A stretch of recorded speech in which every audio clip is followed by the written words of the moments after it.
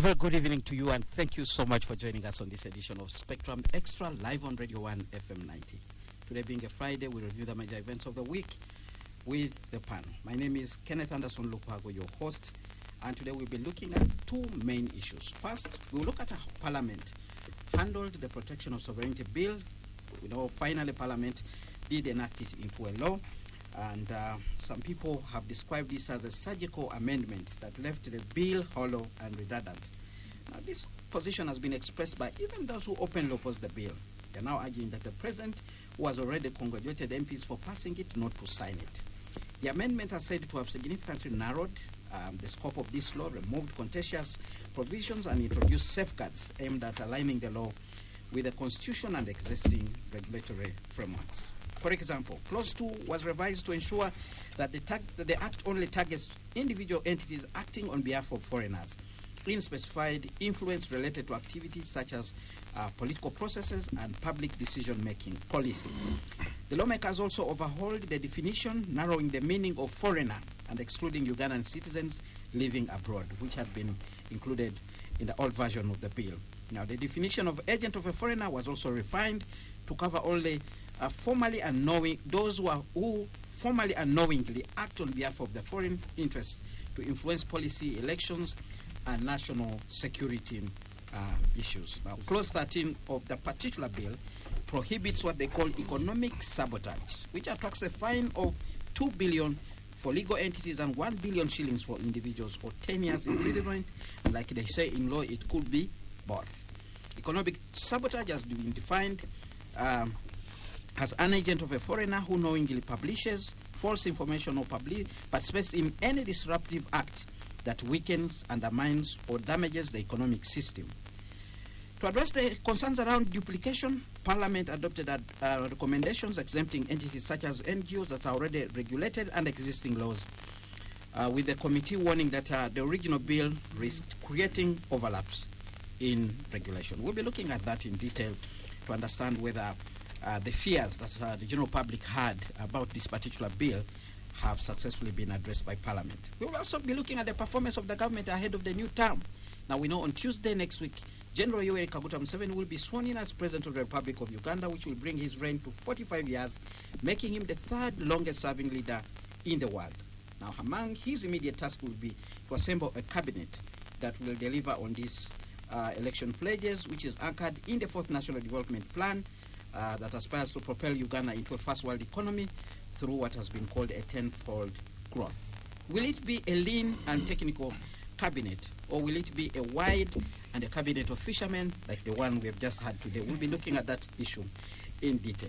Now, despite his 4 decades in office, the country still faces many challenges, but the President has been arguing that a firm foundation has been anchored and that nothing can distort the development agenda that has been laid out. With oil and other mineral proceeds expected, he has promised key infrastructure projects, including the standard gauge railway, wealth creation, peace and security, among others. Now, his re-election agenda was premised on the theme, protecting the gains and ensuring a qualitative leap into high middle income status. So we'll be assessing the performance of the government and also looking at what lies ahead. A panel of 4. Let me introduce them. Should I say outgoing? Yeah, outgoing. All right. That's to Honorable Godfrey Kabbyanga Baluku, former. Since the government has not yet, changed no new term, he still holds his office. Much as he attended the luncheon that some people have described as a farewell, people actually thought the cabinet had been disbanded, according to some information that has been flying in the public domain. The Honorable Godfrey Kabbyanga Baluku, State Minister in charge of National Guidance, NRM member, coordinator of the PLU, that is in Rwenzori, Greater Rwenzori region. Good evening, sir. And it's a pleasure to have you. PO021. Finally, you were given a rank in PLU. Welcome to Spectrum Extra, Honorable Minister. Thank you, Kenneth. I'm happy Dr. Serenkuma has come. Your friend, Dr. Serenkuma. I came here before you did. But he went for prayers first. But good evening, listeners. All right. Thank you very much, Honorable Minister, for joining us. Also in studio, Mr. Tonny Tumukunde, lawyer, NRM member, and pundit on legal and governance matters. Good evening, Tony. Always a pleasure having you on this platform. Good evening, Anderson, and to the listeners. I love the way you have made us sit. Hey. Those that will criticize on one side, and you've already decided how this debate is going. I'm safe now. So you came prepared to. we came prepared for Yusuf. Oh. And in studio, Miss Yvonne Mpambara, social justice lawyer, former presidential aspirant. Madam President, it's a pleasure having you on Spectrum Xtra. Thank you for hosting me, and I'm delighted to be here. I think it has been a very interesting week, and the fact that we have a major swearing-in next week is also something that we would, I don't know if Ugandans are looking forward to it. And But you're I don't know invited, if by the way.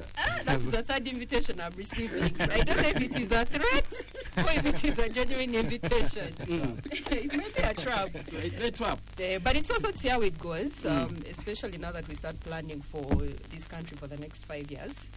I don't shoot bullets early, so let me stop there. All right. But thank you Let for me also hosting us. introduce Honorable Godfrey Kabyanga's friend, Dr. Yusuf Serenkuma, political economist, researcher, and columnist with the Observer newspaper. You know, as I was arranging this show, I thought about the two of you, the chemistry you have enjoyed over the years on this, platform. Good evening, Dr. Serenkuma. Thank you so much for having me. Good evening, Anderson. Good evening, listeners. The Honorable Minister is an intellectual friend of mine. Our friendship begins from here, and I think we should be grateful to you to pairing us a couple of times. He's one of the best brains in the national resistance movement. The problem with the NRM, it's a darting institution. See, even our best brain have been darted, because once you enter, you leave your brain at the door. You can see I started abusing. I'm just like, no, right now you're not inside. He has given you with one hand and he's taking away with the other. So is my brain. Right now, in spaces like this, the Honorable Minister is incredible. He's amazing. Sometimes you feel cornered when he's making his submissions. But I should say that people have their heroes. I am sure for Tony, I am his hero. For me, Yvonne is my hero, right? You know, I've seen Yvonne in so many places making submissions, and I think he's incredible. I don't know if I should say. I wonder what that makes me.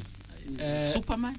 I mean, you're a wonderful host. Because, you All right. sort of know how to sort of... Enough with the pleasant. Now let's jump into this discussion. And probably I want to begin with you, Miss Yvonne Mpambara, largely because of your activism, being a social justice lawyer, but your closeness with one of the biggest group in this country that has been vehemently opposed to this particular law, that is civil society. You followed the debate outside, inside Parliament, and finally the law was enacted. We want to begin by getting your initial reaction to the kind of law that Parliament put out compared to the bill that was sent into Parliament. Well, for the beginning, I want to point out that I was among the people that sat before the committee for Internal Affairs and Defense and the Legal Committee for Parliament as well. And it was very pleasant to see how many Ugandans in large clusters turned up to say no to this law, the proposed law. It's not yet passed, so it's still a bill. It's not been assented to. To see the unity of Ugandans who are ready to take up, to decline on what they feel is not right it was a breath of fresh air. But also, having been part of the process, then I wondered how this bill moved so fast through Parliament. I think it's been one of the shortest processes we've ever had to pass a law through Parliament, and the majority of Ugandans are wondering what's happening. And before we knew it, it went through the second reading, third reading. I think it's going to come back to the public for the first sitting, because there were so many amendments made to it. Over 18 sections were amended, and Parliament insists it's not a new law. How is that not a new law? So I think Ugandans are extremely confused. They're wondering what has happened, and we feel that the legislative process has been put to the test, because this should not be the process that Parliament should follow to be passing such laws. But also it's a fact that we feel despite the fact that the Joint Committee put up such a good report, there were very diverse and well-structured minority reports that they were not considered. The amendments seem to have largely still been based off the fact that, there are certain interests that are being served by this law, and that is what is being pushed. But also, above all, I think it's for us to understand what exactly is sovereignty in these terms. What is it we are trying to define? Whose sovereignty is it? Is it for the state? Is it for the people? What is national interests? What is foreign interference? There are so many things that are not clear about the law. They are still not clear even after some of the amendments, and we feel that there are so many procedures that were not properly followed for a proper law to actually be passed. Well, they specified so there are so many questions. Interference within politics, activities such as political processes and public decision making, which is policy and politics. And the president, after the bill had been passed, came out and clearly narrated what he thought is interference. And he says they should leave us to do our own things the way we wish. Meaning, if it's politics, do not tell us who to vote for. If it's policy and we are passing a law, something that we think will work for us, please do not interfere. I think it has to reach a stage where government paints for us a picture who this foreigner is. If it continues through the corridors of this is what foreign interference is without us knowing what it is, I think it becomes speculation. I was here earlier telling Tonny that government, especially NRM, uses that word so much that we've also started getting gaslighted. We don't know if you're speculating most of the time. The other day I was on UBC, and I think one of the NRM lawyers was insisting that they are receiving so much intelligence reports that there's a lot of foreign interference. So we asked them, what are those reports? Is the public aware of what foreign interference looks like? And they said, no, they are classified. So we said it becomes speculation to ask the Ugandans, if you continue giving us things without evidence, you give us the face of who these foreigners are, what that interference looks like. Otherwise, it becomes speculation. But it's also to insist that if we continue to give these kinds of reports to the public, doesn't it make our intelligence seem insufficient? Because if you're aware who is doing it, why are you disturbing the rest of the population? Look for those particular people and criminalize them. Look for them and take them before the courts of law. If it's intelligence, then they should be knowing who is receiving that money. So how do you stress an entire economy and put out a terrible law like this one and insist that you're trying to protect the sovereignty of the people? Whose sovereignty is it? Is it for the state or for the people? There are so many answers that we need from this law that are not there, and the fact that the Parliament has hurried to rush this law and pass it makes it even more suspicious. In a nutshell, what would you say? In a nutshell, they have to withdraw this bill, bin it completely. It's redundant. Well, it's going to the president for his signature. If we are sent to it, then clearly there are interests that people do not understand, or we understand them and we already know, and it's meant to serve different interests. But this is not a law that is meant to protect the sovereignty of the people. The sovereignty of the people is already protected in the Constitution. All right. Let's go to Dr. Yusuf Serenkuma. Dr. Serenkuma, we've heard from Yvonne. You are one of the people who has I've been discussing this issue not only on media spaces but also online, social media, on X. I've seen a number of comments attributed to you in reference to this particular... Not attributed to me, written by me. Written by you. But in some spaces I've seen where you're being quoted. That's why I was saying that you're being attributed to you. And let's hear your thoughts on what went into Parliament and finally what came out in terms of the National Sovereignty Protection Bill. Okay. I mean, first of all, I mean, I mean, it's curious the way you've started the show from this side of the aisle going this way. You know, it's very interesting. Normally people start with people giving the government position, the minister is here, then the choristers chime in, and then ask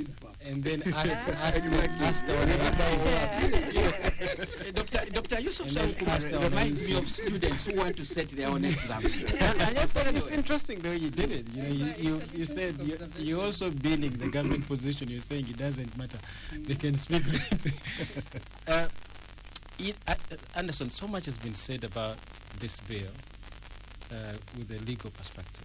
I mean, I've been in a couple of public spaces where I brought in the political economic perspective And I was very delighted when the Bank of Uganda governor also came and added a bigger voice, giving a political economic perspective, especially an economic perspective, noting that this bill is about money. And I want to say something different today. I mean, I think we've exhausted the political economic conversation. I think there's enough opinion out there, which is good from the legal point of view. But I'm looking at this bill as a signpost on the road, as a signpost showing us where we've reached in the things that are about to come, how bills are going to be decided, proposed, debated, decided, and perhaps assented to by the president in a very short time. I think we need to see that right now, dilly-dallying with us is really hit a dead end.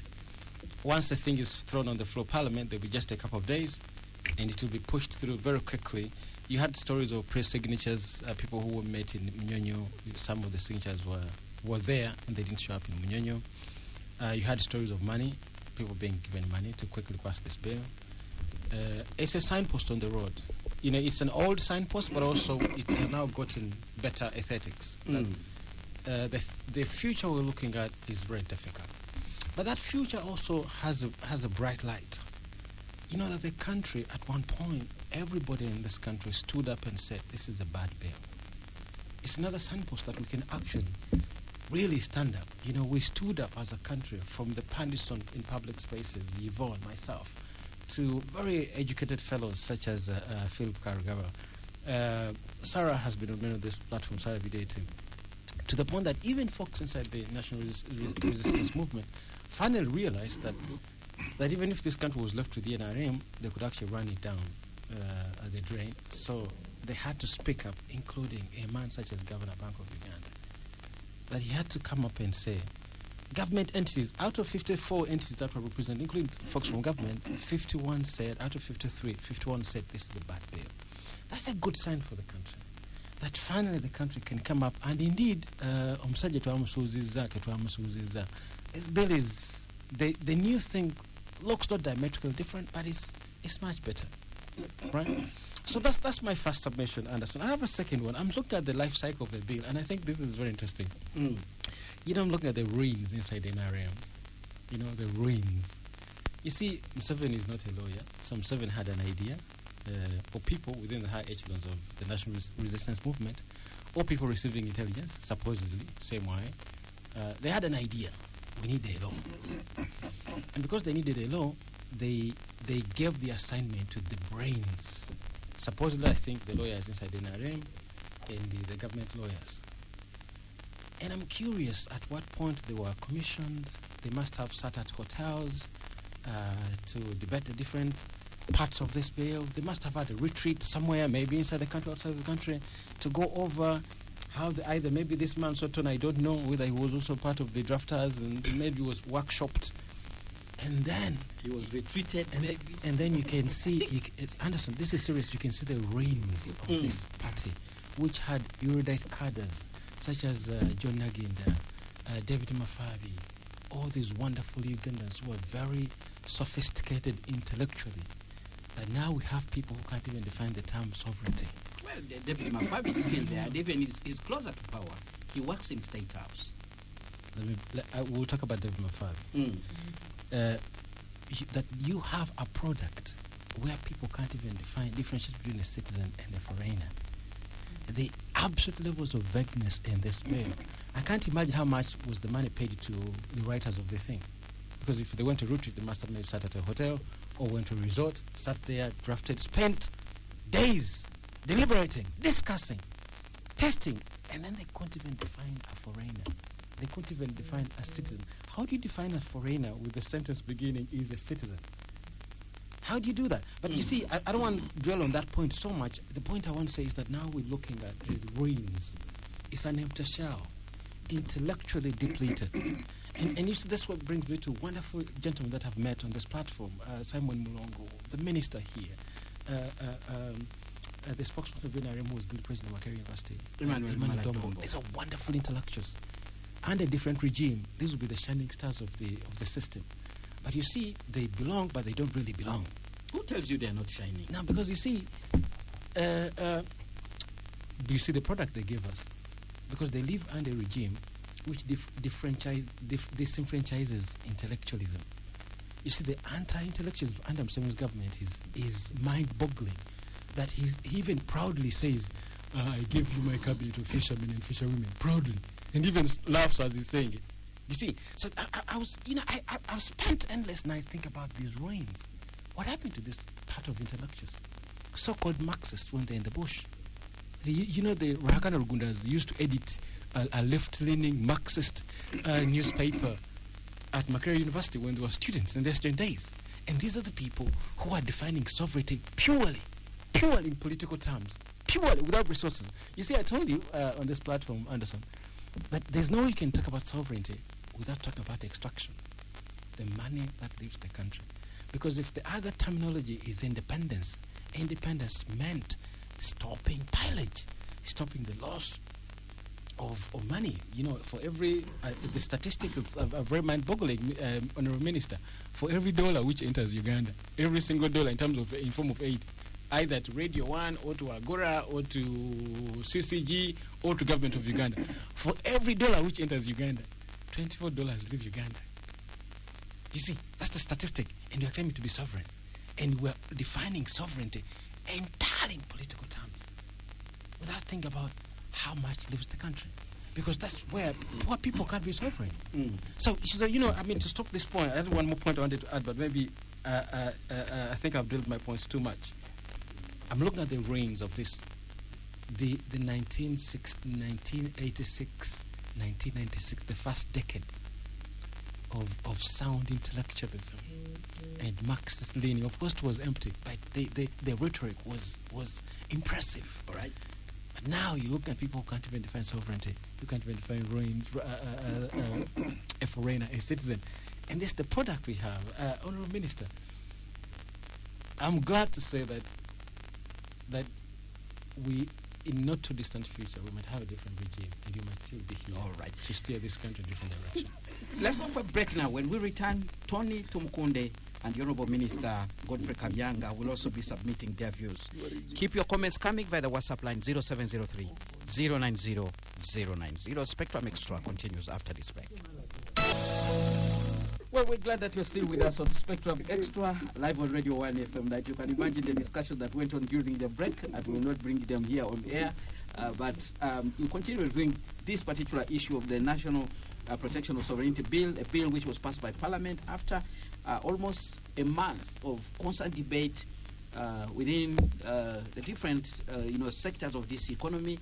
Everybody came out to comment about this bill, including traders, people who are selling in the markets, civil society, students, and even the politicians that we know sharing their thoughts. The majority were on the other side saying the bill should actually be removed, but Parliament went ahead and passed it. A panel of 4 the Honorable Godfrey Kabbyanga Baluku, State Minister in charge of National Guidance, Ms. Yvonne Mpambara, Social Justice Lawyer, former presidential aspirant, Madam President, Dr. Yusuf Serenkuma, political economist, researcher, and columnist with the Observer newspaper, and Mr. Tonny Tumukunde, lawyer, NRA member, pundit on legal and governance matters. And I want to come to you, Tonny. Tonny, you were here among the people who shared your thoughts about this particular bill. Yes. Particularly, you came, I remember the last time, to defend the position of the NRM legal team that had expressed their opinion on this particular bill in support. But of course, you are met with response from your co-panelists, people that you've met in different places, not only here in Radio 1, telling you the law was bad. Now, finally, we have an act of Parliament awaiting the signature of the President, who is excited and happy that it was passed. What is your take about the final product? First and foremost, I want the listeners to understand that it is not bad for Parliament to work with expedience. That's why MPs are paid. So for you to paint a picture to the listeners that the bill was debated in 1 month and passed. The Anti-Corruption Act, debated in 1 month. There is the fastest bill to have been debated is the Drugs and Psychotropic Act.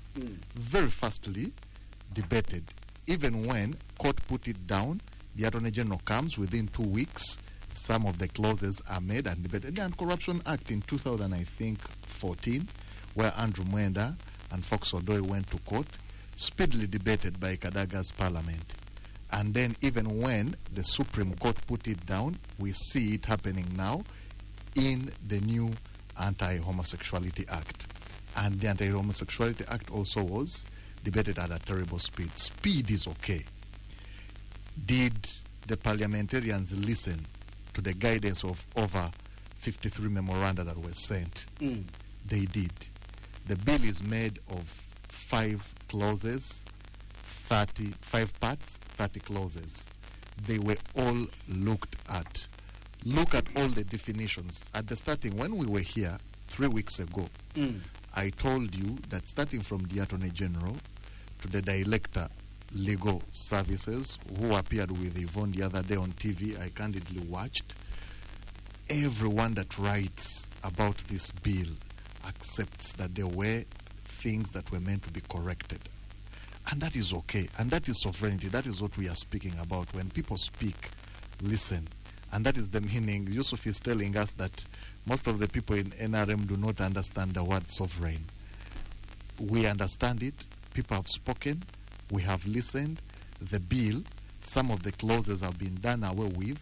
Some of the definitions that have been extensive to cause ambiguity have been narrowed down to come to the aspirations and the needs of the Ugandans. I would give you an example. A foreigner has been now clearly defined. Activities of a foreigner have been clearly defined. The law has deleted interests of a foreigner to put in furtherance, and it has put across the fact that it should be furtherance of the interests of a foreigner. But also, the law has clearly defined what they call national interest and foreign interest. It was ambiguous by the time we came here. It will be obscure and it will be disingenuous for you to say that Parliament did not listen, government did not listen, government did not do anything. But also, Anderson, I do not want us to say Parliament does not make mistake.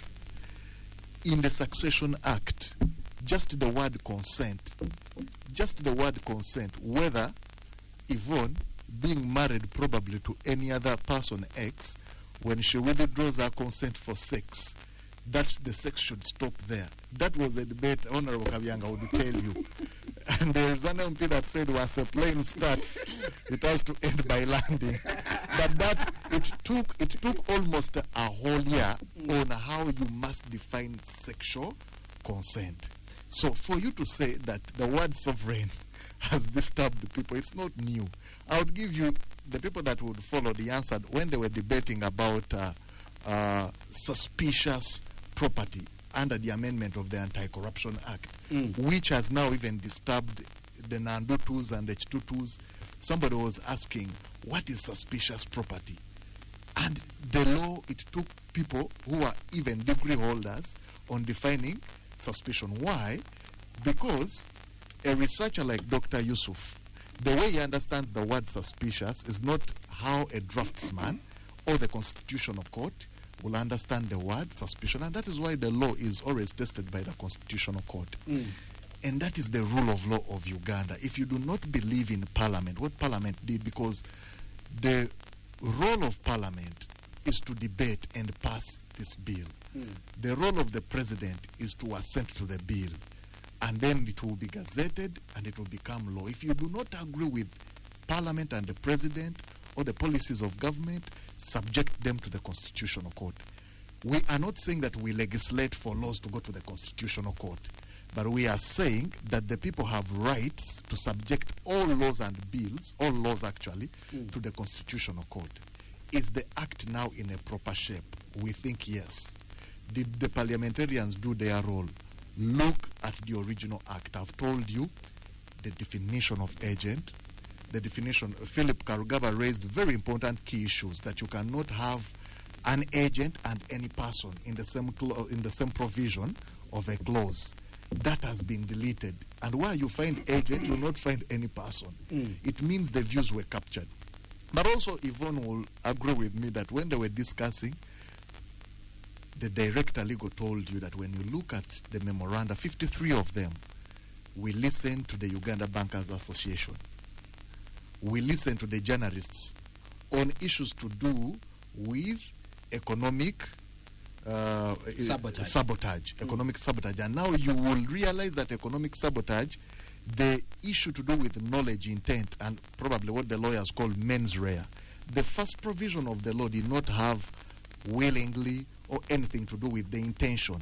And now we are saying the moment you publish misinformation against not even a person, but the policies, the national interest policies of a country, then you are misinforming. I remember there's a ruling by a superior court about the issue of misinformation where it is clearly stated that we have a right to publish as long as I can balance the story. You said that is some information about you, Tony, and then I give you a call and I say, Tony, there's this kind of information. What is your take on it? And I publish it so that the reader can get a bigger picture. You see, that is malicious. That is malicious information under the computer misuse. Under the computer misuse, malicious information comes to a computer misuse offense, a cyber crime. Misinformation is not a cyber crime. Misinformation is misinformation is not a cyber crime. The minister is looking at this. The distinction between malicious information,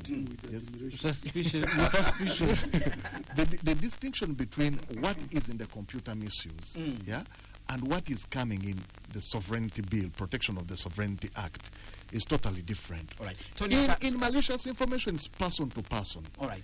In misinformation, it's about deterring or fighting the national policies and interests of the country. Tony, as a lawyer, you do realize that that particular provision contradicts several other sections of the Constitution, including Chapter 4 of the Constitution on the Bills of Rights. You know, there is a limitation on your rights. There is a limitation. This is what we are saying. Those limitations are defined by the Press and Journalist Statute. And those limitations under which talk about fair and balanced reporting. And a democratic which I can reflect in my reporting. You see, this is what the Constitution says.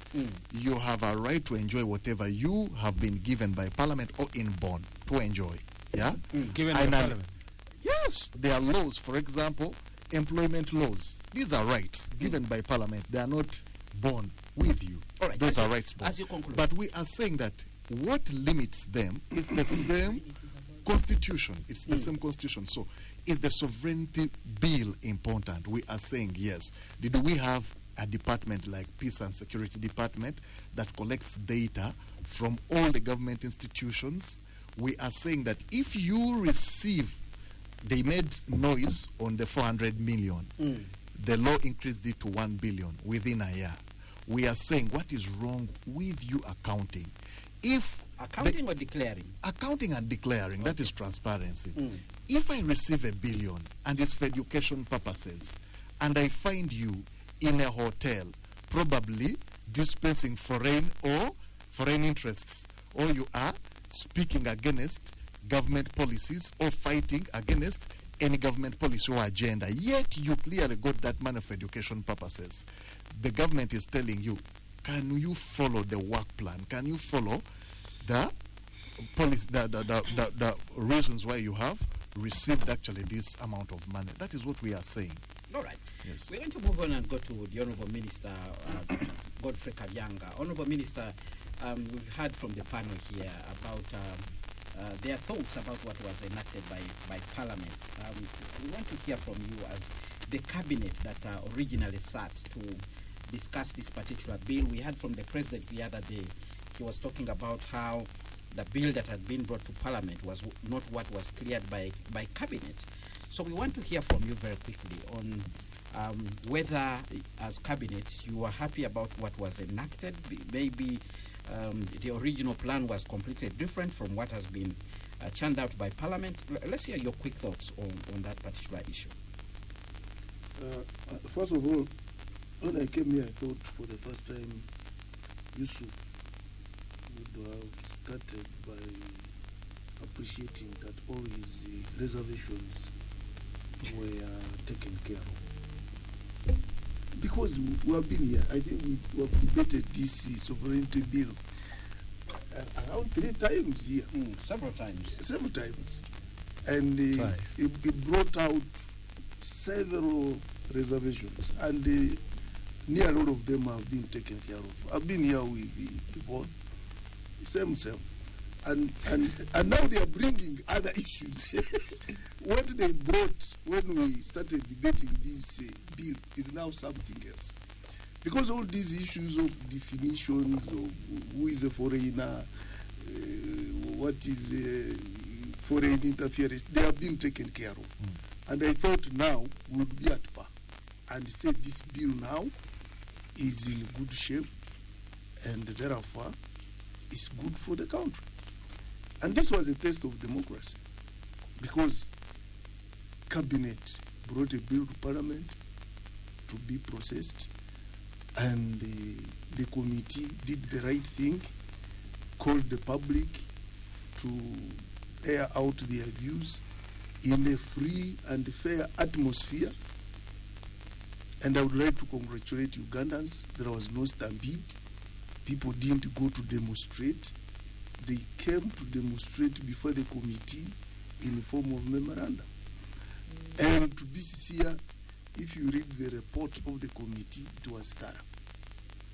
They considered all the memoranda that they received, and they have now come out with a bill, eventually an act which will be fair to all Ugandans. And let me also say this: any penal law can't be universally what? Accepted. It is, these lawyers will tell you. Another thing is, you know, Tonny, they call themselves land friends. That profession is one thing which is very intriguing. A person will win a case at Chief Magistrate's Court. You go to High Court, they reverse it. The other one appeals. They go back to. And they are quoting the same provisions of the what? Of the law. So that's how law becomes very, very what? Very complicated. Like now we have defined, we came to a general consensus that this should be the definition of what? Of a foreign. But I'm telling you, someone else, a lawyer again, will come and say that was not the correct word definition, because probably there is a word is which should have been and it becomes a very intriguing situation. But this year, just as Tonny has said, all laws are supposed to be processed as fast as possible, because why should the law stay in the Parliament for 2 years, 3 years? What is it? Parliament must be able to process laws, because that's the major work they are supposed to do under appropriation and then oversight. So why should they stay with the law for a longer period just because one Serenkuma thinks it is a law which is not fair? Not at all. No, it's the entire country. Laws are supposed to be processed timely, and I think Parliament did the best to process it, and they gave time to whoever had reservations to come and present them. So I think the law, what we have now, is okay, and I strongly believe the president is going to assent to it, because it's not going back to cabinet, not at all. It has now been sent to the president to what? To assent to it, and then it becomes law. And for issues of, people went to Munyonyo and wasted money, and they were given money. Okay, there are also allegations that all of you who were making noise, you were paid. So were you paid? Yvonne, how much money did you get? Give me some. Because Yvonne was paid to make noise. Serenkuma was also paid to come here on Radio 1 to make noise. So because that is the whole issue. Now others, even those people who didn't attend, they signed. Go to court if you know them. If you know that the signatures on that report didn't attend the proceedings and were not there to discuss the memoranda, go to court. Otherwise, you will continue spoiling people's names for no good reason. This law, I think we should have it rest. What we have now is what was agreed upon by majority of Ugandans. The minority are there. Now, for instance, you are talking about minority reports. I was in Parliament, and I listened to the minority reports, and nobody was bringing up an amendment in the minority report. It was just Rugambo, because the atmosphere was in the house was like the speaker herself did not want even a minority report. No, they allowed the Odu to... They did allow, but you could see, you could read the atmosphere. But there was as if it was a crime. No. I was there. I was also following. I was there in the Parliament. Why do you call it Lugambo? Don't be diverted. He's using very derogatory language, saying, for example, what Segona gave us as his own minority report. He's calling it Lugambo. Yet this very eminent lawyer went bit by bit to explain what he saw as vagueness and clarities. Why do you call it Lugambo? When the minister is saying that the submission of Segona was also vague, it never proposed the amendment. It's proposed amendment. You cannot. Anderson. Let the minister conclude his point. You'll have an opportunity to respond. You talk, me, I'm listening to you. But even you have called us people who have no brains. Who live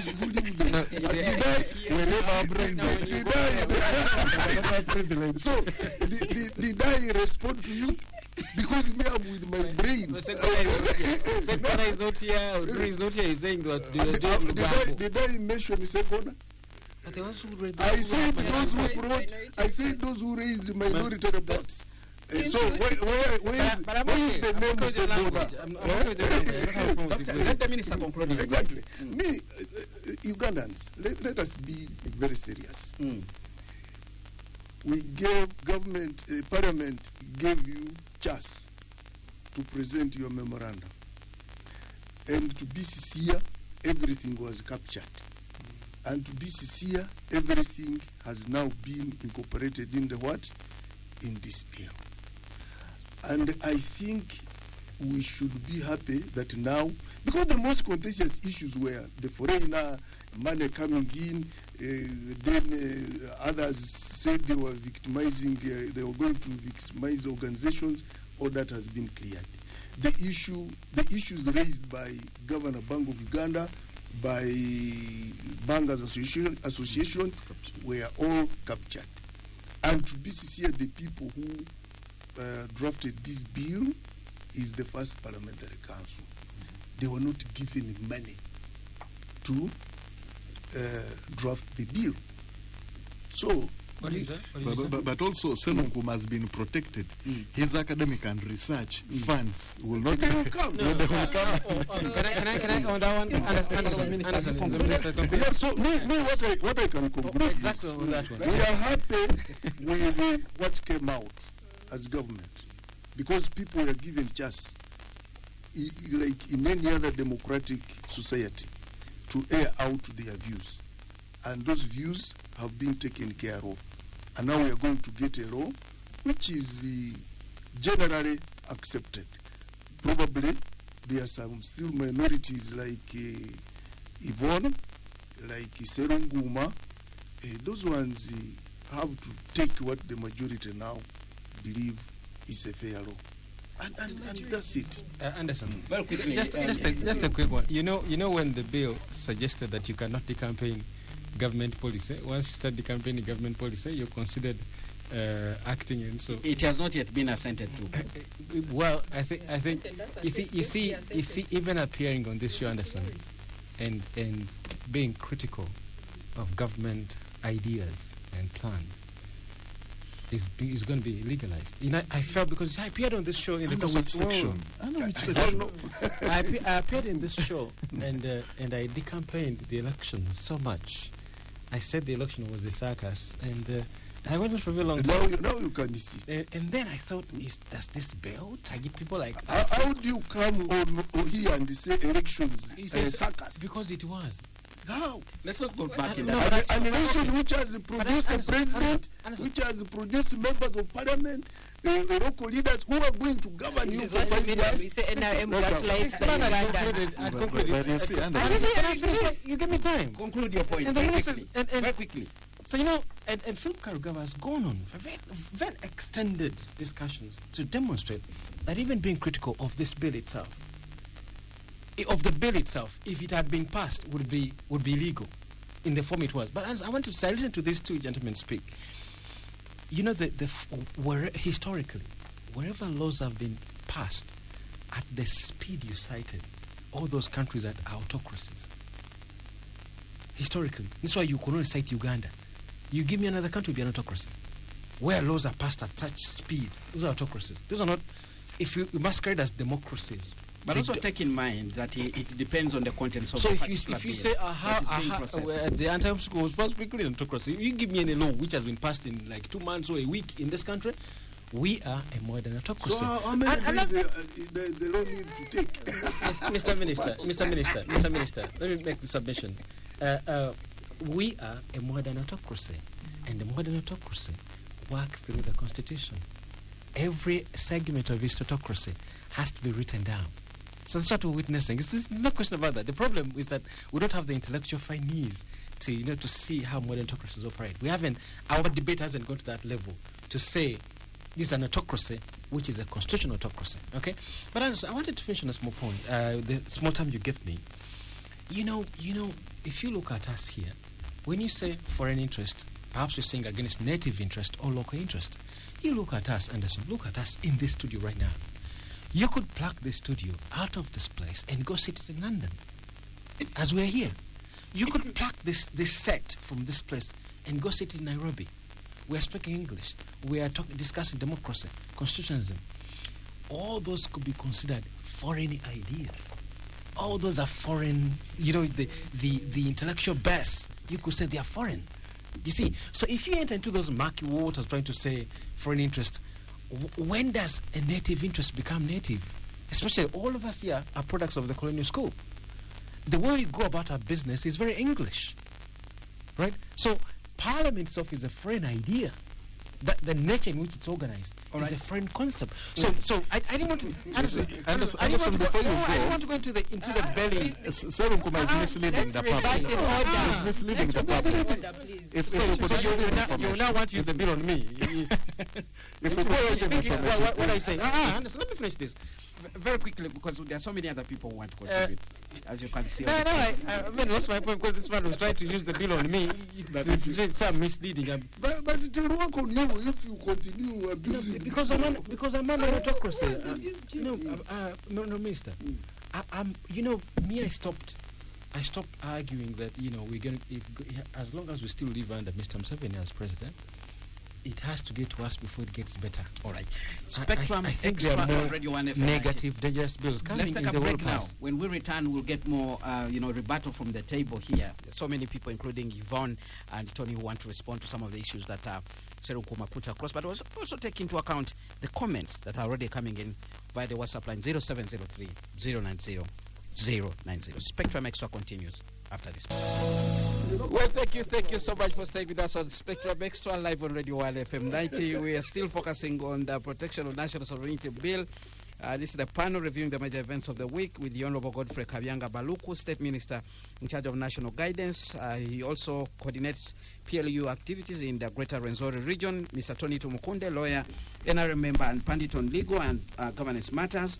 Dr. Yusuf Serenkuma, political economist, researcher, columnist with the Observer newspaper, and Ms. Yvonne Mpambara, social justice lawyer, former presidential aspirant. My name is Kenneth Anderson Lukwago, your host. And very quickly, let me come to you, Ms. Yvonne, before we go to Tonny. Your reaction to what has come out so far from this discussion. You've heard from your colleagues across the table sharing their thoughts, and you were burning to respond to some of these issues. It's very interesting to see very calm NRM people seated, explaining to things in a manner they know is dishonest, but they want to continue. And that is one of the biggest issues we have in this country. I think I was listening to someone earlier in the day who said the governance of Uganda cannot be pinned on legality alone anymore, because we have witnessed for ourselves that Parliament is capable of doing bad things. And this is one of the bad things. So when I hear them arguing with the privilege of, you can't even go to court, you challenge, but they know what they've already sabotaged. They know you're also wasting time going to this court because they have sabotaged the courts. So I am listening to them talking about legality, and it's what they are trying to use to confuse the public, and yet they know it's a very dishonest conversation. So this governance, we cannot pin it on legality anymore. So at a certain point, we're going to start arguing technical issues if they continue to be dishonest about the legality of most of these processes. There are so many issues that are still wrong with this bill. You have amended, yes, it has been amended. I'm saying you because at this point now it has become a bit fire. Now we are reverting back to you. There are so many contentions still around definition of certain parts of that bill. There are contention issues around agent of a foreigner. It's not yet still properly defined. There are contentions around descriptive activities. There are contentions around political activities that influence any ideological culture and norms, because we are not sure who exactly it is that defines what that is. There are still issues around interest of a foreigner, and there are still issues around who exactly defines government policy.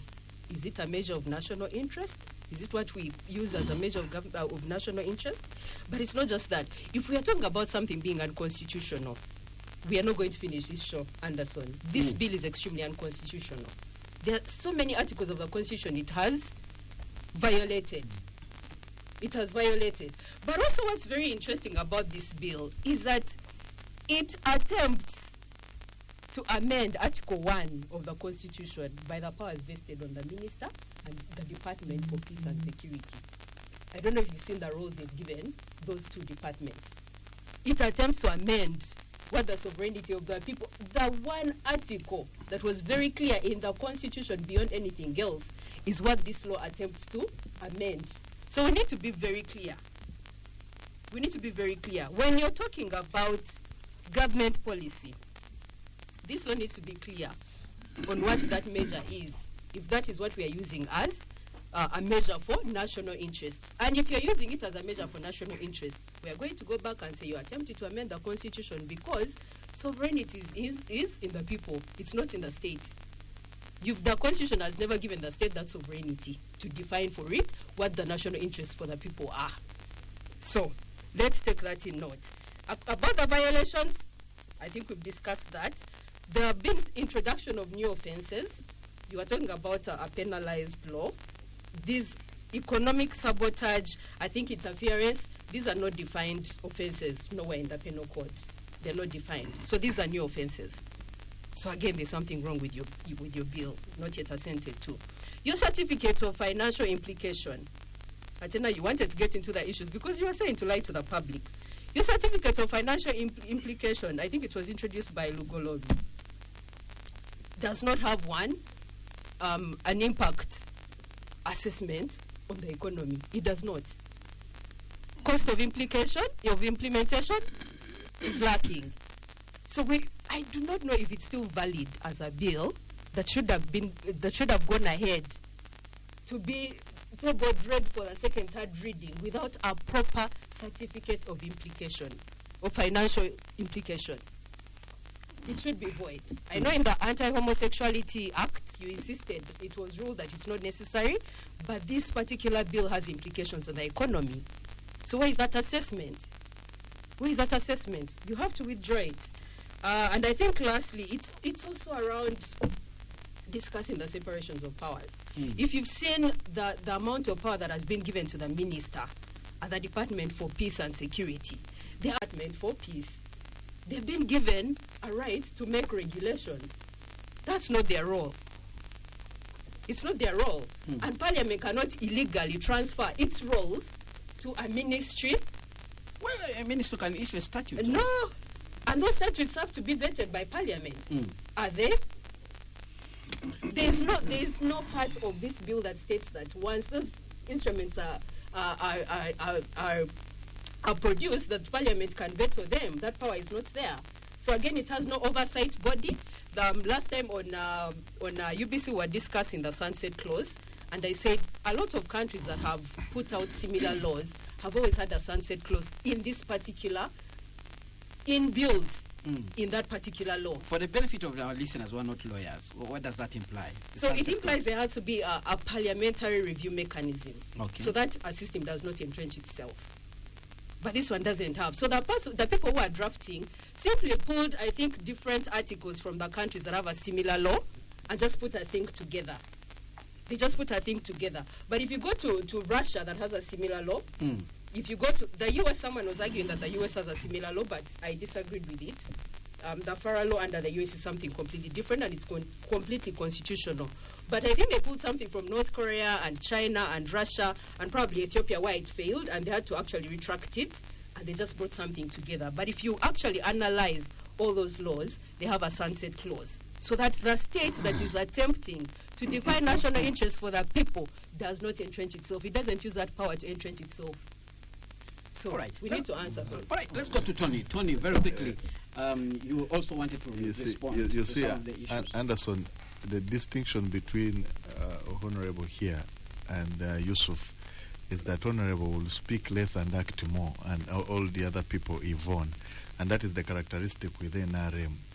They will go on TV and speak. If Yvonne comes here and tells you ministers cannot make regulations, well knowing in our law, even the just recent regulation here where people made noise on traffic, regulations, Katumba Wamala came, we have seen regulations on biometric where Norbert Mao makes, so it's a misconception, it's misinformation to the public that are listening to us for one to say minister cannot actually make statutory instruments.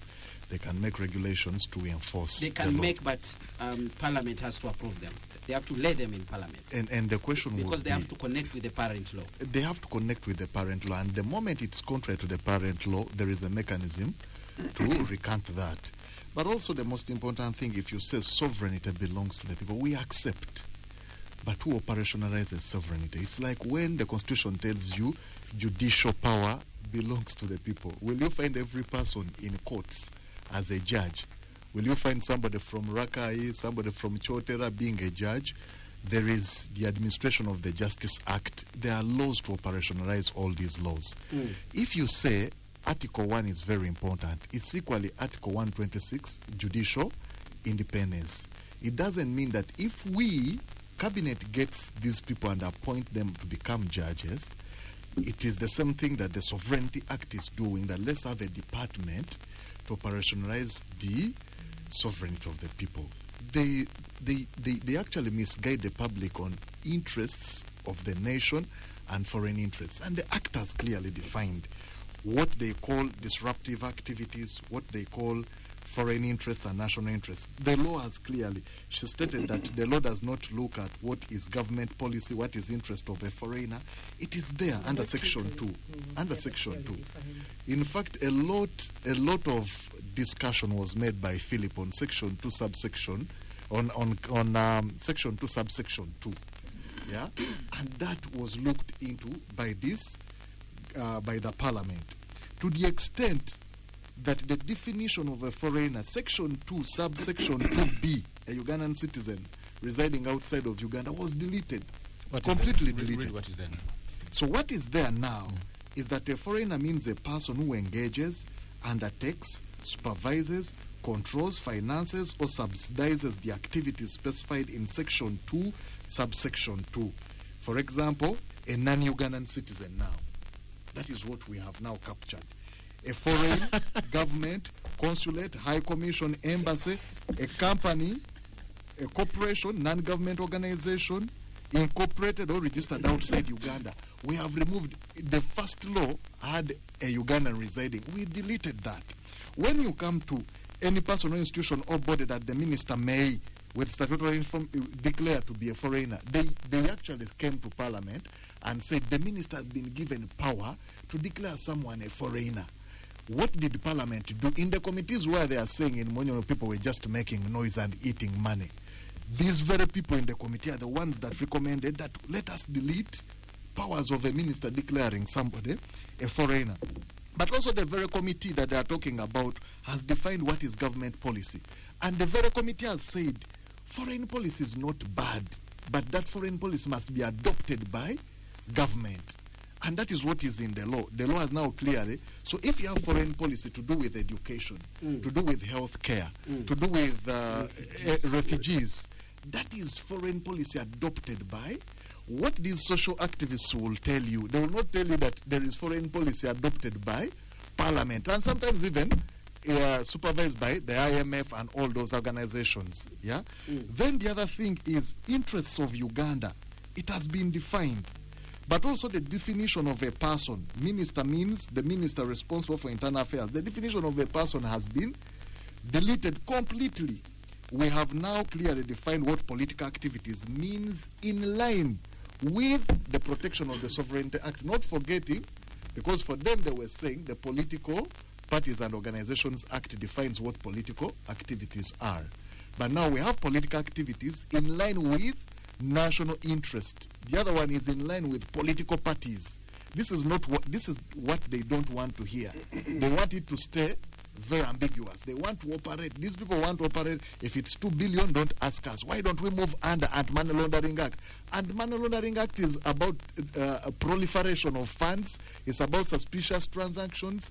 The Terrorism Act and Terrorism Act is about terrorism financing, human trafficking. Well, you can hold the money and ask questions in line with those laws. And that is, there is a mischief now. Government does not wake up and just speak without a mischief to cure. Unlike I appeared with Philip and I told Philip that unlike the opposition and social activists, you have space to speak.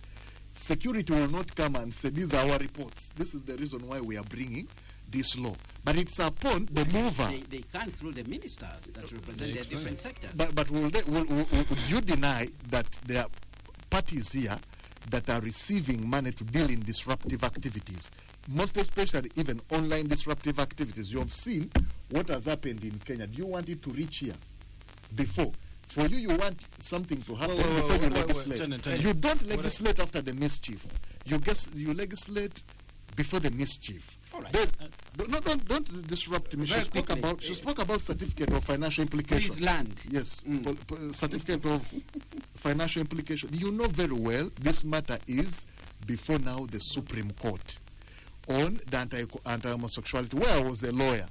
The argument was whether this is important in public laws, and this is before the Supreme Court. The Constitutional Court actually agreed that there are some laws where a certificate of financial implication may not have great implication on the law. We are leaving it before the Supreme Court. Let's wait for the Supreme Court to state, and that is what the minister that is speaking about probably could have gone with. Then wide stakeholder consultation. How much do you call wide stakeholder consultation? The committee received 258 memoranda. In 2 weeks, it considered 53 memoranda. 53 where you have researchers, where you have the Uganda bankers. People see Uganda bankers, but they don't know it's carrying over probably 20 banks. People will see a political party like National Unity Platform. It is speaking for thousands of people. So you will say they have not listened to wide stakeholders consultation. So some of these points here probably will be tested before court. All right. In my conclusion, I would want to tell you. I hope he stays disciplined. Let him conclude. Let him conclude. I will stay disciplined, and I hope you're disciplined as I'm speaking. All right. we need to pick the views of the listener very quickly. I have a number of comments coming on the WhatsApp line before we actually move on to another topic. Good evening, Anderson. Thanks for the show. Our constitution is for sale. Unfortunately, the potential clients are buying in installments. That bill, it is first stage or as GPT drafted. That's how far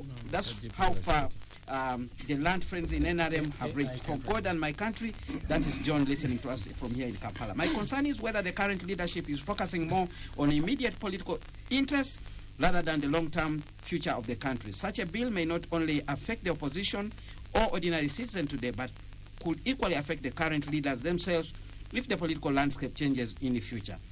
It is therefore important for political leaders to think beyond individual regimes and short-term interests and instead focus on building strong system, laws, and institutions that safeguard the country's future, stability, democratic processes, and national unity for generations to come. Leadership should be guided by the long-term interests of the country rather than temporary political advantage. That is Lwanga Herbert listening in from Matuga.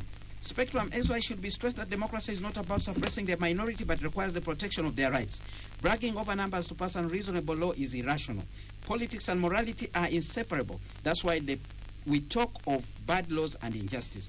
Apartheid was on the law books of South Africa, but it was opposed world over. The dictatorship of the majority is unreasonable, so we should talk of consensus and compromise with due consideration of the weak voices, but not competition. History we live to judge the 11th Parliament. That's Lawrence listening in from Zigoti. Hello, Spectrum Extra. What the panelists are not talking about is the fine of 1 billion shillings to individuals and 2 billion shillings to entities. Really, is that possible to any individual? If so, then what will the sureties give if one is to be bailed out? I think there seems to be a lack of objectivity from the male lawyer's submission. E.g., could actions of some opposition leaders asking for support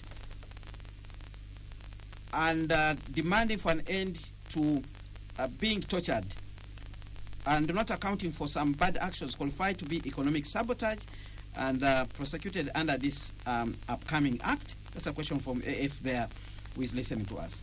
Then we have another comment. Please ask the minister, what use is it to have given the public opportunity to overwhelmingly express their views against the bill only for Parliament to decide to the contrary?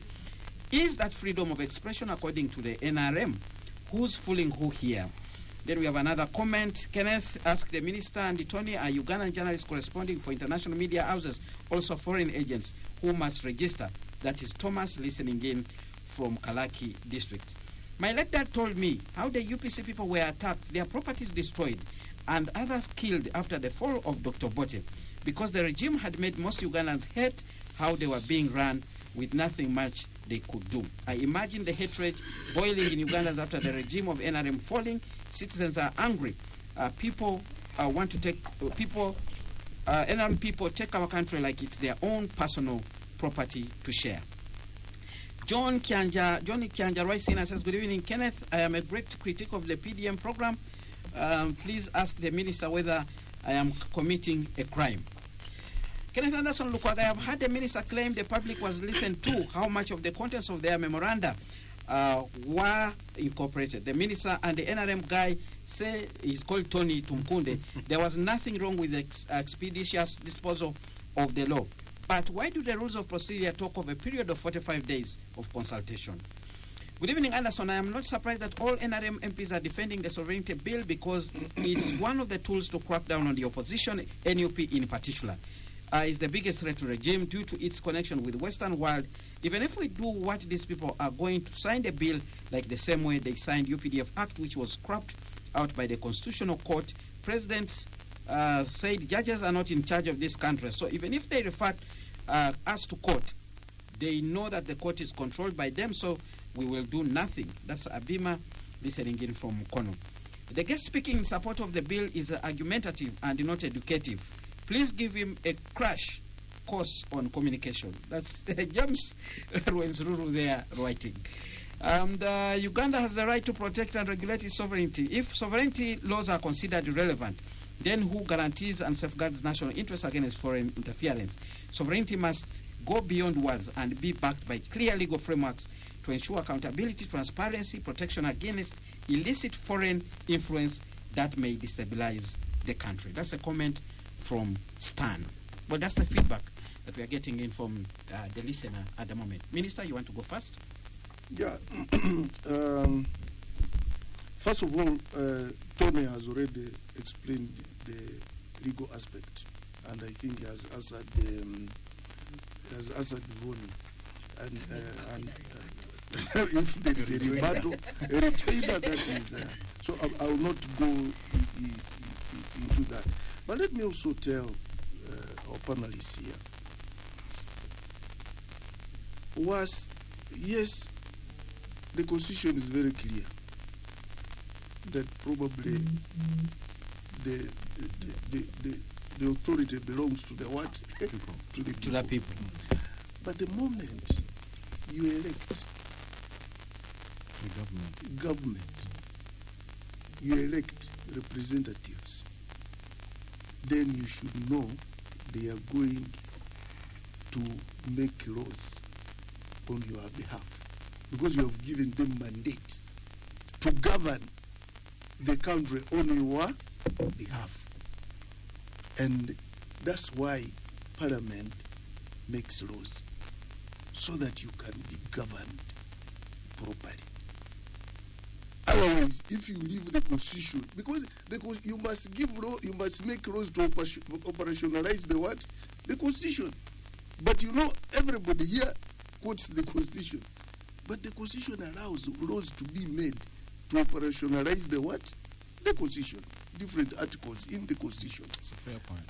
And this is what we were trying to do. And that's what we have done. And that's why we gave the people all the chances to come and also give their what? Their views. People are getting things differently. And obviously, that's why I told you in the beginning that laws can become so complicated. Each person can give his own what opinion. You see, remember one time I told you, I were with 3 lawyers here, and I told them, if you ask each one of these, he will give his own what? Definition. Perspective. And all their definitions, in one way or another, they might be what? Right. So now when someone says, if he critiques PDM, whether that will be economic sabotage, no. You know, you can critique anything. If you critique PDM, you are giving feedback about PDM. That's not economic sabotage. But now, assuming you went to the village and started mobilizing people, for instance, to cut their banana plantations, which they have planted using PDM money, that is economic what? Sabotage. But even if you came here and you told us that government has invested 1 trillion in PDM, they are wasting the money, there is no problem. But if you go to the villages and start mobilizing people not to plant cassava, not to adopt the 4-acre model without any reason, you're sabotaging actually. You want them to stay in what? In poverty. But you critique. There is no problem. But there are some people who can even go ahead to tell people you cut all the coffee plantation without any reason. There is no disease. There is nothing. Just because you want people to remain poor. You're getting it. There we shall look at it and say, but what is this person's interest? Yes. Does that person become a foreigner? No. You don't. The law defines but the economic we might find out. No, let me tell you. We may find out who is financing this. Do I have to be financed? Why? No, you may be. Why do you have a law on speculative law? You're speculating. It's a crime, and there are laws to deal with that. Anderson. You were here saying that people were paying. All right. Yes, You want to... Anderson, I'm coming to you. I'm coming to you. We are going around the No. I'm moderating this show. I'm moderating this show. We are coming. The two share almost the same view. Yes. Let them state it and then you respond to Exactly. them very quickly. Anderson, what Ugandans must know, this law is not brought against the Ugandans. The perfection of the law. That is the reason why we have deleted words like a person. We are now remaining with agent and a foreigner. An agent has been clearly defined under the law. A foreigner has been clearly defined under the law. The wrong perspective that these people are telling Ugandans that when you come and speak against government policy, that's your duty under Article 7 of the Constitution. you have a duty as a citizen. All right. Yeah. But also the Constitution allows you to have your freedom of speech. All right. Yeah. Dr. Serenkuma, very quickly, if you can come in. And you know, one of the comments that has come up quite often, and when you listen to Tonny and the minister, is they speak to inexistent legislations. The thing that was tabled before the public, Parliament before the public, says something else, and they've gone on or extended periods telling us things which are not actually captured in what they give to the country. And one of those who did a wonderful job was Chiriwachonka. He wrote an article in the New Vision explaining things which were contrary to what was actually being tabled. You see, so, and this is what you hear from this man. You wait and see what this law will do. And you see the pain is not going to be felt by just the people who appear to be in the opposition. You see, because after 40 years of Museveni being in power, even young people like you've been given a sense of immortality, that you know it's going to be like that forever. You'll be in government forever, and you'll never be on the other side where you're looking for foreign funding, where you have contrary ideas, because there's no sense of foreboding nowadays. It's we are here forever, and I think that's very dangerous. That's why you find people sound like Tonny. Anderson, do you know? I didn't want to speak to the belly of the legislation, right? Because you see, I don't think around this table all of us are equipped enough and have enough time to go into and follow legislation by legislation and discuss terminology by terminology. We don't have that time. But do you know how bad a law has to be that the entire country has to help in editing it? You know how ugly you have to be that your entire body needs plastic surgery. And then the people here, Minister and Tonny, are gloating over our edits. The public edited this thing for you. And then you hear taking pride. For the record, they are submitting their views and not gloating. Okay. Let's have some. No, they're taking pride. Gloating is taking pride. They were gloating. They were gloating in the edits that were done by the Wananchi. And now we're here saying, okay, now that we gave you edits that you implemented, can you keep quiet and take more edits? They want to take more edits. Be humble and say, okay, we listened to you on the first round, and you were very sensible than us. Now we are happy to take more. So we did bad to listen to you?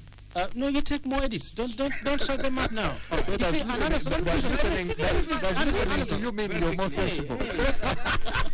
Let him conclude this point. Because you took the edits and Serenkuma, you're protecting. Yeah, because I'm saying we're more sensible because they took the edits and they're taking pride in the edits. But you see, Anderson, this still speaking around the law. This is the unfairness of it. You know, the original drafters of this thing, they must have caucused, they must have workshopped, they must have met on retreats, and they must have attracted the budget to give us a thing which needed the plastic surgery on every part of it. But that's the beauty of legislation. But you see, take a bill in Parliament. Anderson, let me finish this point. Let me finish this point. That you see, you own a budget paid for by public purse. I don't know how many commissions and the allowances were drawn from the national coffers to give us the original draft. Now, the original draft, all of us agreed it was bad, and you also agreed it was bad because you went and took feedback. All right. Honourable Minister, I take pride in the fact that you took feedback, and I am asking, please be humble and take more feedback. All right. Spectrum Xtra on Radio 1 FM 90. Let's go for a quick break.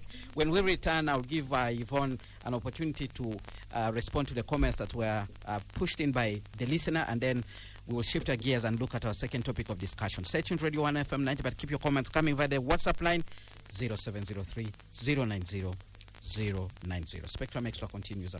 Well, we're glad that you're still with us on Spectrum Xtra live on Radio 1 FM 90, reviewing the major events of the week with the Honorable Godfrey Kabbyanga Baluku, who is the State Minister in charge of national guidance. Tonny Tumukunde, lawyer with the NRM party, belongs to the NRM party, is also a pundit on legal and governance issues. Dr. Yusuf Serenkuma, a researcher, columnist with The Observer, but also a political economist, and Ms. Yvonne Mpambara, who is a social justice lawyer. and also someone who aspired to be president of this republic, we are all Uganda. We are all politicians. And my name is Kenneth Anderson Lukwago, your moderator. Very quickly before we go to our next subtopic of discussion, Yvonne, any quick response to some of the issues or comments that have been, prompted by the comments that come in from the listener? No, first of all, let me first revert back to Tonny. Because he wants to gloat over a technicality of speech. When I was talking about the separation of powers for the minister especially, I was looking at the enormous discretionary power that has been given to them under, I think, sections 16 to 18, and I think also sections 15, 17, 20, 22, where their power expanded to defining and regulating disruptive activities and classes of regulated persons. So we know what the principle of legality requires. It requires that restrictions on rights be prescribed by law and not by the discretionary determination of the executive. So I want to make that clear and put it on record. I've listened to the minister and Tonny, largely NRM members, and I think we need to draw the line or define the line for when MPs misbehave, like we've watched during this legislative process, then where do people come in? Because Yusuf was telling you that it has reached a point where people are telling you they have more feedback and they needed to edit even this new bill that you amended so many times. I think about 65% of it was amended. 18 sections out of 30 is bigger than 50%. So most of this bill was actually amended, and Parliament has insisted that it's not a new bill. But we need to understand these new sections you put in. What are they? And why haven't people been able to give in that feedback? So I think that's why Yusuf was insisting that, listen, you've amended this thing, but you're refusing more edits, and yet you're gloating over the old ones we've given you.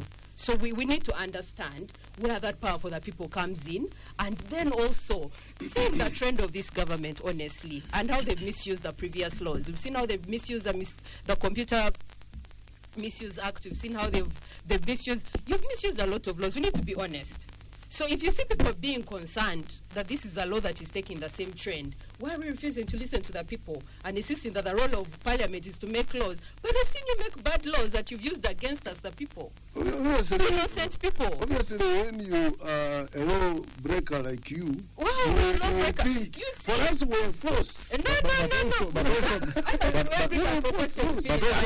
If somebody Honorable Minister, we argue that I'm going to finish my point. Honorable Minister, we have no record on this table that Miss Yvonne Mpambara, who even aspired to run for the president. Yes, but president is how are we misusing laws? But Honorable, you also agree with me that there are people that cyber stalk her. So if the Computer Misuse Act can protect her from cyber stalking. but it's looking for only those We also do not have any evidence on this table that she has been cyber stalked, unless you say you are among those people. Conclude your point, Ms. Yvonne. So we need to define that line, and I think that's why there are so many contentious issues around who defines national interests. It has been a big question. We're asking you, is it the state that is defining it for the people? If people came out in large numbers and told you this is a bad law, why are you attempting to pass it? And you've refused and insisted that you want to pass it, whose interests are you serving? Are they for the people? The same people have told you they don't want the law? Is that their sovereignty you're protecting? Which people have said they don't want it? How many of us stand up, and how many have continued to stand up to tell you this is a bad law, and you're insisting? As move as one of the bill, and also as Parliament that passed the law, you're insisting that you want to pass it, and even went through a very bad legislative process and went ahead and passed the law. The UPDF. But we're telling you have more proposals, and you took through a legislative process that doesn't make sense and pass the law UPDF amendment without the authority of the people. The UPDF Amendment Act, very many people made noise over it. Just 2 days wasn't ago, just noise. They just 2 days participated in ago, proper processes, government and you has still passed arrested. it. So, government has arrested a person with almost an ammunition store at Ministry of Internal Affairs. If we didn't have such a law where people were making noise, Understood. My right NRM people with their, titan of numbers. But anyway, let's shift our gears and now look at our next topic, and that's the issue of President Yoweri Museveni taking oath on Tuesday next week. He will be beginning a new term of office, which will take him 45 years in power, becoming one of the longest-serving heads of state in the world, number 3. He has a task of assembling a cabinet. He has a task of living through the manifesto, which was under the theme protecting the gains and ensuring a qualitative leap into the high middle income status. So let's begin with you, Dr. Yusuf Serenkuma, very quickly on your assessment of the government performance and your expectations. First of all, I want to make the connection between the previous discussion and this one. I would say, without fear of contradiction, that the biggest foreign agent in this country has been Mr. Museveni. You have already contradicted yourself. The biggest worker of foreign interests has been Mr. Museveni in this country.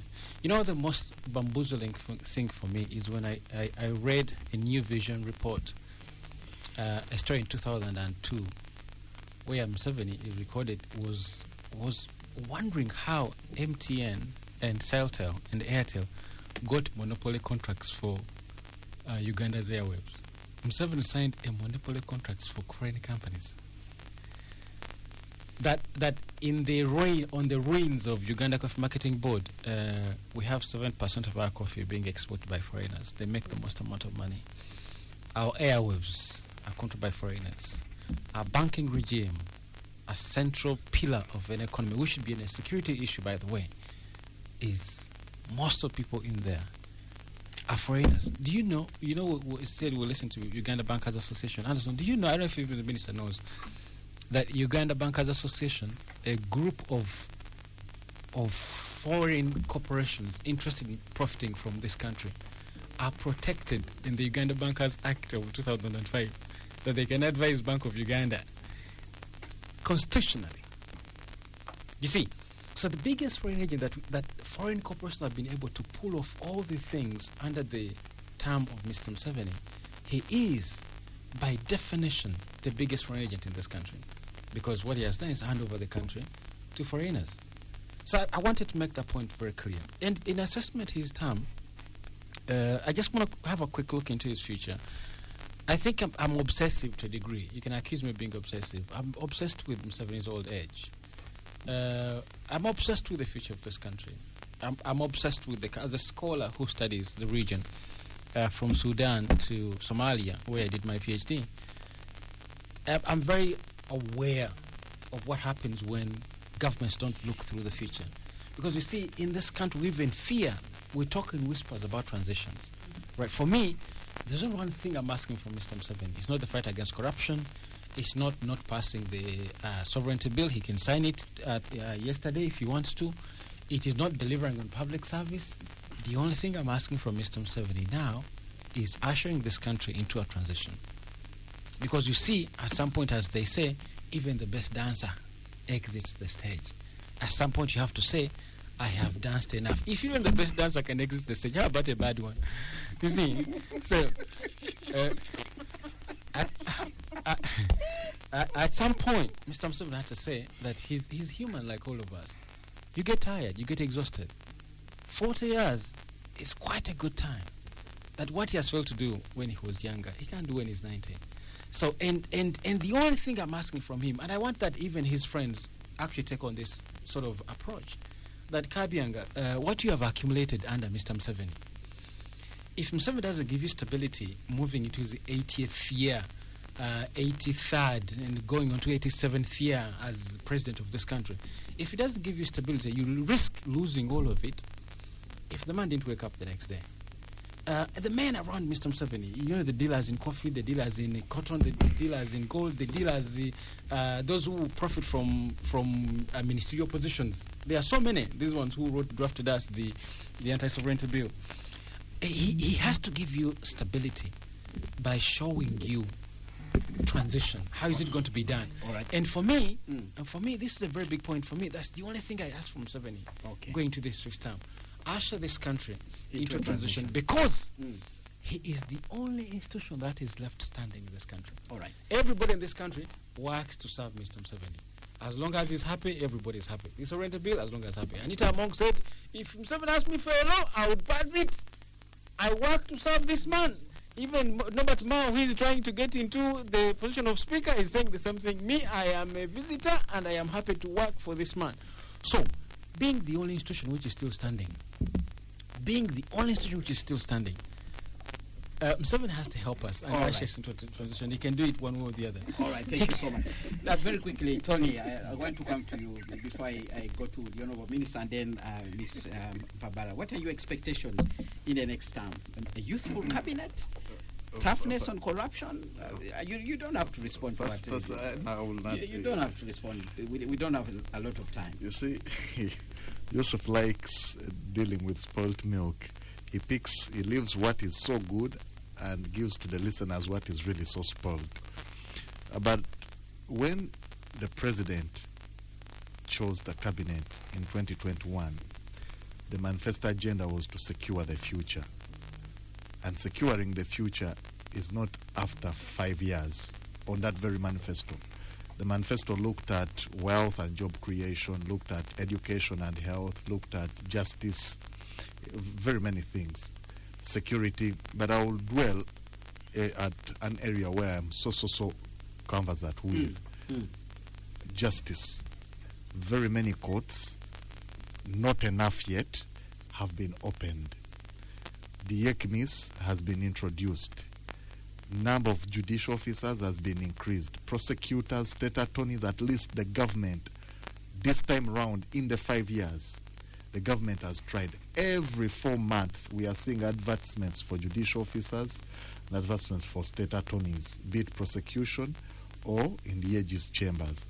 But also, from 2001 to 2021 to 2026, you have seen how many number of high court circuits have been opened up. We have seen the number of judicial officers, high court judges, court of appeal judges, but also the most important is that the court of appeal has now gone to the roots. We have now Fort Portal, court of appeal. We used to have one. We have court of appeal, Fort Portal, Mbale, we have Masaka, we have Jinja, we have Kampala, and we have Mpambara. I think there are 8. That is an achievement of this government. So that is what I would want to tell you. Socio-economic integration. The PDM, the PDM, as to whether there is justice, that is your question, please. But PDM, we would agree that at least this government has economically integrated the Wananchis. We have seen what it has done, and it's one of the reasons why President Museveni this time scored higher than what he scored in 2021 because of the PDM. Then lastly, security, whether across the border or in the country, we have no doubt. Even the opposition people here will tell you, you come here, sit on the same rostrum with Honorable Kabbyanga and go back safe without actually Honorable Kabbyanga threatening you. He threatens you, the next morning you'll hear him being summoned at CPS. Yeah, that is security and rule of law. So as to whether we have achieved 100%, this is a government. And you know, a government could run even for 50 years without achieving ultimate rule of law, but at least some of the tenets of rule of law. And part of the tenets of rule of law is democracy, which we have every 5 years. And at least people have elected their leaders peacefully. We are just going to swear in the MPs, I think, by the 17th, then the president on 12th, and no one, there are petitions for those that do still contest. We have had all fora to adjudicate for whatever rights that people hold. All right. Let's go to the Honorable Minister. Honorable Minister, let's get your thoughts. Performance of the government. Probably when you sat at the luncheon at Entebbe, you reflected on some of these issues and said your goodbyes. Of course, there are people who will be in the cabinet and there are those who are going to exit. But let's hear from you and what you think is likely to happen in the new term. First of all, let me first give one clarification. President Museveni doesn't give concessions to telecom service providers. UCC does that. Let us not reduce President Museveni to such a low level of going into such boardroom meetings. And you know why are you whispering? And you know why? And you know why? Why he has ruled us for 40 years? It's because the Serenkumas can come here and talk of road. And then they go home saying We have done it, and that's why he will continue ruling us. What do you want? You want a revolution? You can offload. After offloading, you go back home and what? And sleep, just as Tonny has said. And we shall continue allowing them because they give us good feedback. But President Museveni doesn't give concessions of those telecom company service providers. We looked at the Prime Minister gave us a performance of our manifesto the last 5 years, and we realized we have performed at 85%. And you should all appreciate that this term started under COVID. Yes. The whole global economy was under lockdown. So even performing to that level, it is so good. You should also appreciate that this country during COVID, I think in this region, it is the one which registered the lowest number of deaths. And two, after COVID, most of the economies went into some shocks, but ours remained growing, I think at around 6%. So we should really be proud of that. And just as Tonny said, obviously PDM was the flagship program, and it is a strategy, and the program is moving on very well. We have also scored in all other sectors of education, health, and road infrastructure. And because of time, I may not go into the details, because you would have given us more time on this and on the sovereignty bill. But now going forward, we have 3 targets. One, the 10-fold growth strategy by 2024 to grow economy from 50 billion US dollars to 500 billion. Another strategy which you have is the double-digit growth. We want our economy to grow at double-digit. And then the third one is to ensure we make a qualitative leap to upper middle income status. And you should know that at the moment now, after a lot of struggle, at least the people who are still living under subsistence, the percentage has decreased to around, I think now it's 29%, which is so good. And we think in the next 5 years we should reduce it even further, so that everybody can join the money economy. So we are really very, very optimistic, and we have lined up mainly 4 major sectors which we are called the ATMs. We are going into agriculture, into tourism, into mineral development, and then science and technology. And we are going to invest a lot of money. But obviously we shall also invest in enablers like electricity. We shall construct roads, and we shall invest more in education and health, because the healthy population is the only one which can really work effectively. And in education, that's why we are making so many reforms, so that it's more of hands-on training, skilling. And I think that's where we should go. I was thinking, and you know now Klembema is going to begin. And I've come here and told you, I think what I demanded from the investor is first of all to establish a training school, to re-establish, because it used to be there. Because with mining, need specialized training. And here in Uganda, we don't have any university offering mining courses. So we need to come in and see how we can start offering metallurgy and other courses related to mining. Because last time when the Chinese tried to study, they looked for 40 surveyors, and they also looked for 50 geologists, and we couldn't raise them. Most of the geologists who were there already had very lucrative jobs. So we really want to see how we can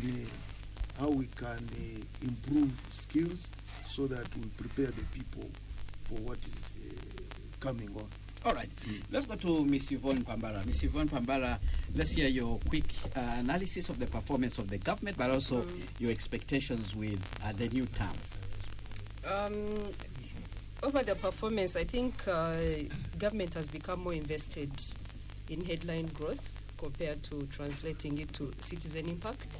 And I think that is where the question should be, because I don't feel this growth has been inclusive to what our NRM members have glamorously and colorfully portrayed. We know that majority of households and community related growth is still struggling. So I think maybe the one thing that it can boast about is the fact that you've had some diverse state expansion, and you have managed to properly centralize coordination, and of course that 6% growth around macroeconomics. But we need to be honest about its translation to everyday realities, because that is where the issue is. So if we look at the sort of headlines government gives us growth, and yet it does not directly translate to the actual citizen, then how inclusive are you? Because the real citizen is not yet impacted. So maybe that is where the gap is. So we need to properly define that. And we'll give you your flowers for the level of state expansion. I think you've done excellently. And flowers of macro. The macroeconomic stabilization has largely been for a certain category of Ugandans. It's a small percentage. So we cannot boast about it as citizens, majority of us, because it's not been inclusive. It's still exclusive to a small population of Ugandans, and it needs to diversify. So it's mostly that. It's mostly that. My expectations, honestly, if we are seeing bills like the sovereignty bill, I think the economy is going to suffer, and that directly translates to the suffering of the citizen.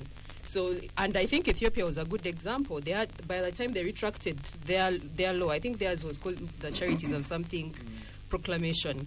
By the time they retracted it, their economy had suffered so much, and this is something they could have foreseen. And that's why I was reacting to Chidewa's article where he said he does not think it's going to affect investors and what. And I said, this is very disingenuous. You're lying, because what do you think such a law is going to do? And I keep reminding people that, most of your investors are seeing headlines. They don't have time to sit down and scrutinize your laws and say, okay, no, actually here where they've criminalized foreigners, this is not about me. So they are seeing the headlines you're putting out. You can see the tweets Bloomberg put out the other day, and that is what they're reading. So the culture, the space, or the economic space is about to become something that is going to be talked about in the coming years, because you're intentionally suppressing it. You're straining people who are supposed to be making money to improve the economy. People are not benefiting from your headline growth of your GDP to real citizen impact, and we are assuming that the law is not going to impact them, and yet these are the realities of such a law. So that is my expectation. I don't think it's going to be any different from the trend of what they've set in the previous years. And I know that they'll always call for you a very progressive incoming government, but no, we're not expecting much. What do you like to see in cabinet? One, they need to reduce it. Technocrats? No.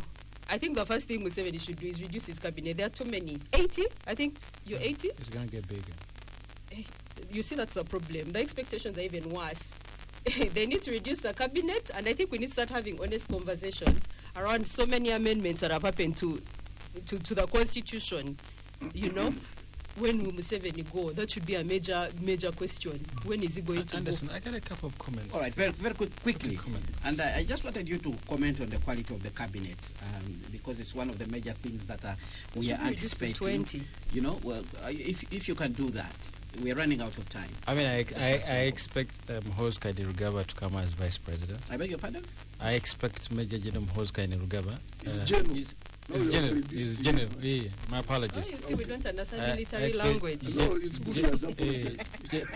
General Hose Kainerugaba to come as vice president. That's the only thing I expect from me. Everything else. What if he doesn't come?